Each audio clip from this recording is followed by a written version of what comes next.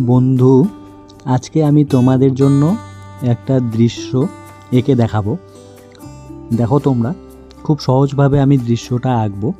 যারা দৃশ্য আঁকতে চাও, এই দৃশ্যটা দেখে দেখে তোমরা নিজেরাও আঁকতে পারবে। আমি খুব সহজভাবে শুধু পেন্সিলের মাধ্যমে দৃশ্যটা এঁকে দেখাচ্ছি তোমাদের। তোমরা দৃশ্যটা দেখো, ভালো লাগলে কমেন্ট করে জানাবে আর চ্যানেলটা সাবস্ক্রাইব করবে।